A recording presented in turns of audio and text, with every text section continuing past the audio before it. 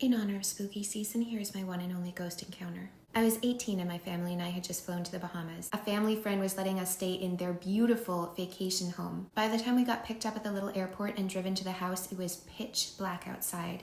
It was a long winding driveway. This house was very isolated. You couldn't see any other house or lights from anywhere. It was just this house on top of a cliff beside the ocean with nothing else in sight. I remember having kind of an eerie feeling in my room, just like somebody was watching me, but I was a teenager, so I was super self-conscious and I kind of always felt like eyes were on me. We woke up the next morning. The house had this beautiful view of the ocean. There was this long wooden staircase down to a white sandy beach. Pure magic. I didn't know that places like that actually existed in real life. It was so breathtakingly beautiful. But I kept having this strange feeling like someone was watching me.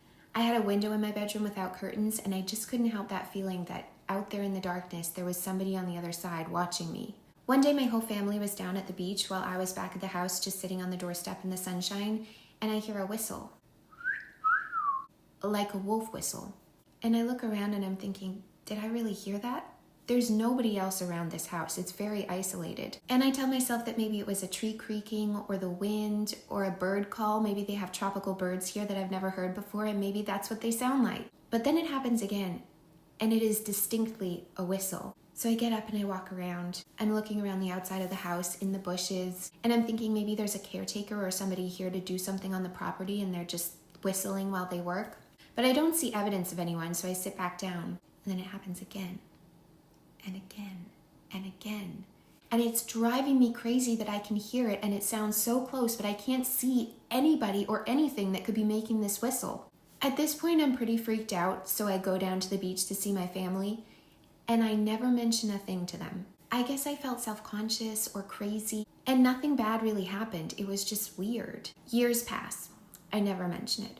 And then one day we're having a family dinner, and my dad, who's been back to the house to vacation again since this happened, brings up his own ghost encounter. Now, when my dad is on vacation, he goes hard. He does all of the activities during the day and all of the parties and the drinking during the night. I don't think he really sleeps very much on vacation. He is out there in the hot sun, hiking, fishing, boating, snorkeling with sharks. Not like a paid tourist encounter where you get to snorkel with sharks. No, he found his own beach, his own shark, and he snorkeled with it. To his credit, he did snorkel away from the shark once he realized it was a great white, but this is the kind of person we're dealing with. So when I hear that he's seen a ghost, my brain signals some skepticism, because maybe he just had too much sun and too many drinks, and he hallucinated something. But then on the average day of his vacation, he has too much sun and too many drinks, and he's never hallucinated a ghost before.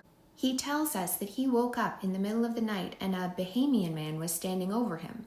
And at first he thought it was a real man, but in his sleepy state he did the only thing he could think of doing, which was to throw his pillow at the man. At which point the man completely disappeared. And what room was he staying in when this man appeared before him?